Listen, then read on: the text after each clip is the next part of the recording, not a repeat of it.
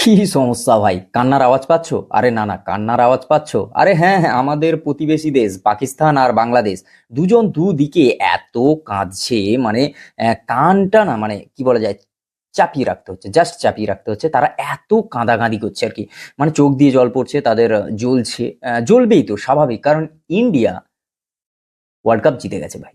হ্যাঁ হ্যাঁ, India world cup জিতে গেছে। এবার দেখো, ইন্ডিয়ার ভালো তারা কোনো দিনই হচ্ছে সহ্য করতে পারে না, সেটা বাংলাদেশ বলো বা পাকিস্তান বলো। বাংলাদেশ থেকে কেউ দেখে থাকলে অবশ্যই সেটা কমেন্ট করে জানিও তো একটু, মানে তোমাদের মুখ থেকে শুনতে বেশি ভালো লাগে।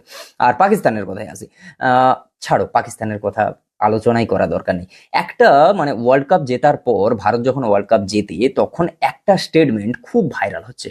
হ্যাঁ, শোয়েব আক্তারের দেওয়া একটা টিভি শোতে একটা হচ্ছে তোমার স্টেটমেন্ট এত ভাইরাল হচ্ছে, মানে সে আর কি বলা যায়। তুমি থ্রেডে যাও, তুমি এক্স হ্যান্ডেলে যাও, ইনস্টাগ্রামে যাও বা ফেসবুকে যাও, ইউটিউবে তো অবশ্যই, যেখানেই যাও না কেন সেই স্টেটমেন্টটা চোখের সামনে পুরো, মানে কি বলা যায়, ভিডিওগুলো এসে পৌঁছাচ্ছে।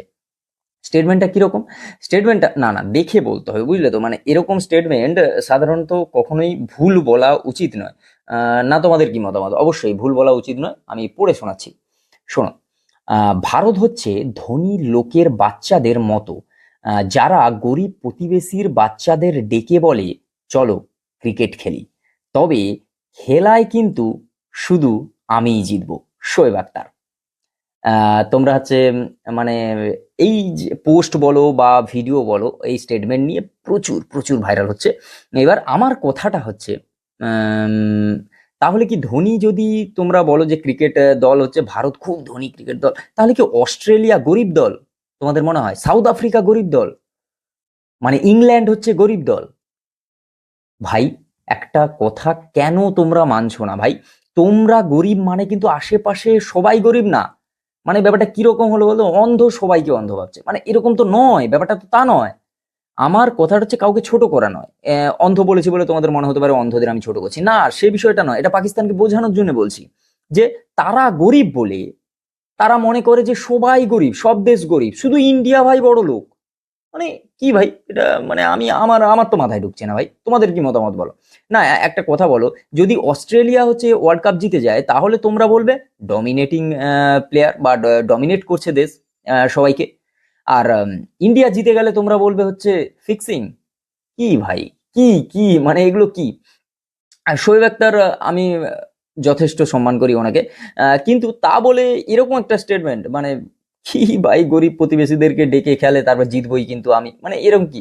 ভাই তোমরা একটা জিনিস ভালো করে দেখো, আহ, যতগুলো সেমিফাইনাল থেকে দেখো, সেমিফাইনালে যখন হচ্ছে ম্যাচটা কত রান করে জিতেছে, সেমিফাইনালে কিন্তু আমরা টস হেরেছি। টস হারার পর কিন্তু ইংল্যান্ড আমাদেরকে ব্যাট করতে দিয়েছে।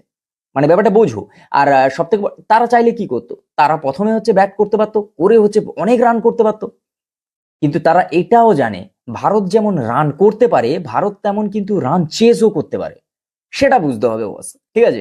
এবার যেহেতু ভারত রান চেজও করতে পারে, তাই কিন্তু তারা বুদ্ধিমানের কাজ করে, মানে ভেবে, নিজেদের টিমটাকে ভেবেও সবকিছু করে ডিসিশন নিয়ে ভারতকে কিন্তু প্রথম ব্যাট করতে দেয়। পরবর্তীকালে যখন আমরা ফাইনালে আসি, সেখানেও কিন্তু টস ইন্ডিয়াই হেরেছিল, তাকে ব্যাট করতে দেওয়া হয়েছিল। কে দিয়েছে? নিউজিল্যান্ড। নিউজিল্যান্ড সে ভেবেছে তারা রান চেস করবে, ইন্ডিয়া ব্যাট করুক। ইন্ডিয়া ব্যাট করে ভাই, তারা জানে প্রথম ব্যাট করতে আসছি মানে আমাদের প্রচুর প্রচুর এত রান তুলে দিতে হবে যাতে আমরা খেলার সময় সেই চাপটা না আমাদের ফেস করতে হয়। ইংল্যান্ডের বিরুদ্ধে আমরা প্রচুর চাপ ফেস করেছি। তোমরা ভাই সেমিফাইনাল দেখার সময় কানা ছিলে তোমরা? ভাই তোমরা দেখোনি যে কি অবস্থা হয়েছিল? ভাই টান টান উত্তেজনা, টান টান উত্তেজনা ছিল। মানে দেখতে গেলে তো ফাইনালে কিছুই হয়নি, যা হয়েছে সেমিফাইনালে হয়েছে। সে জায়গায় দাঁড়িয়ে টান টান উত্তেজনার মধ্যে আমরা সেই জায়গা থেকে বেরিয়ে আমরা এসেছি আহমেদাবাদ নরেন্দ্র মোদী স্টেডিয়ামে ফাইনাল খেলতে। সবাই জানে এর আগে এইটা আল্লাহ কি আছে, কত রকম কথা উঠেছে।